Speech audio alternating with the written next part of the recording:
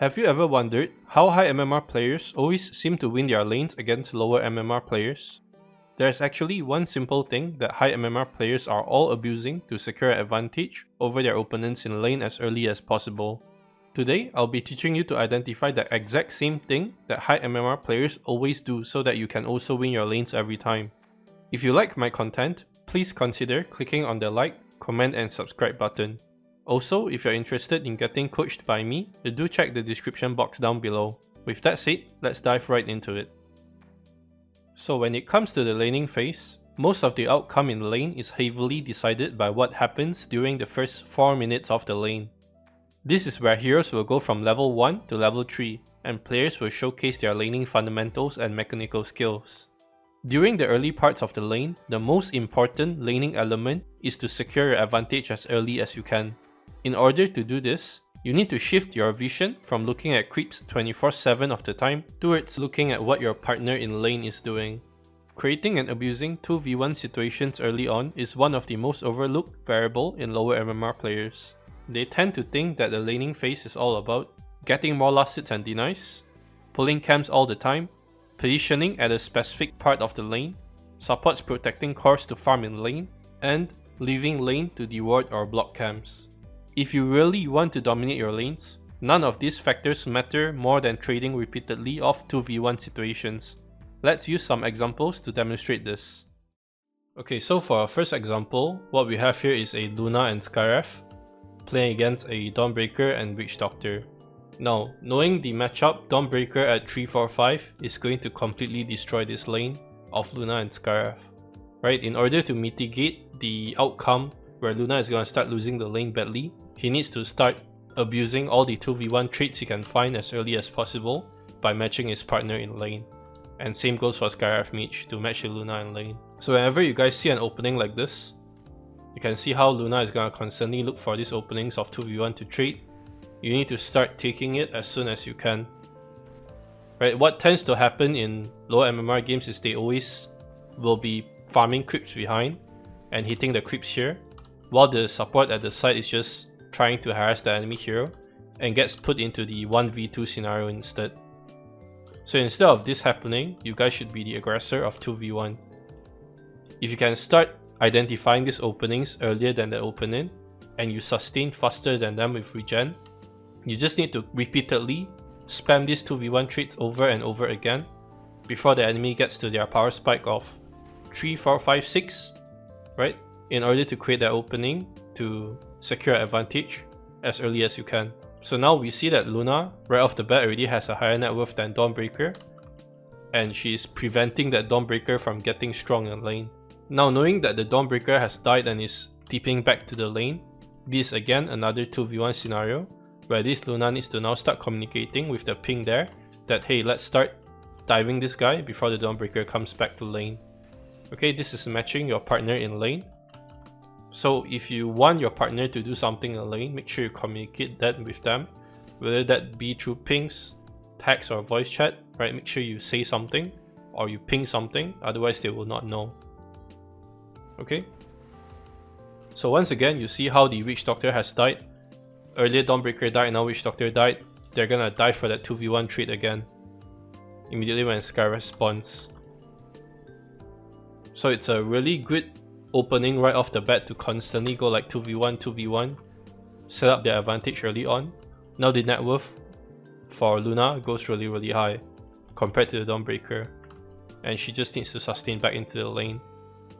Okay, so let's move on to another example to show you this. Okay, this time round we have Ursa and Grimstroke playing against X and Oracle in lane. So some trading has already happened in the lane earlier on, and a 2v1 scenario is about to pop out where you're gonna see these two heroes are gonna go into the X. Alright. Okay, so right here you can see the X is approaching Ursa really close and he runs out of position right there. Right off the bat, two of them are already getting onto the X, right? Pinging for spells, trying to communicate that hey, this guy's out of position, let's fight him. So if you guys see the 2v1 scenario, once again, make sure you abuse it. Of course, try and keep your health high, assess your level advantage and number of hero advantage. To an extent, hero matchup will matter, yeah, but level 1 to 3, most heroes are not that far apart, at least not at level 1 and 2, so abuse the openings you have early on. Before we continue with this video, I would like to quickly introduce to you Dota 2 Pro Tracker, the top Dota 2 website to get your resources from about up-to-date meta builds and hero picks. If you are not already using Dota 2 Pro Tracker to learn more about the game, be sure to check it out. With that said, let's get back to the video. Okay, so this one we will go through from the offlane perspective. So in this lane, we see the Magnus and Ogre clearly sandwiching the Lion. Lion has moved out of position, so this makes this a 2v1 scenario for them. As such, they are gonna have to take the trade because it'll be very favorable to them, right? So they start trading, chase after Lion, take a good start on him. That is the 2v1 we want. Then immediately Lion drops really low, so already that's a 1 trade for them.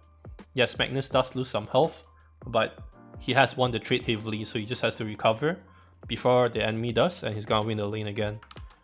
Alright. Okay, but now you see the situation has reversed, where now the Ogre is the one hiding in tree and Magnus is the one being 2v1'd instead by the enemy.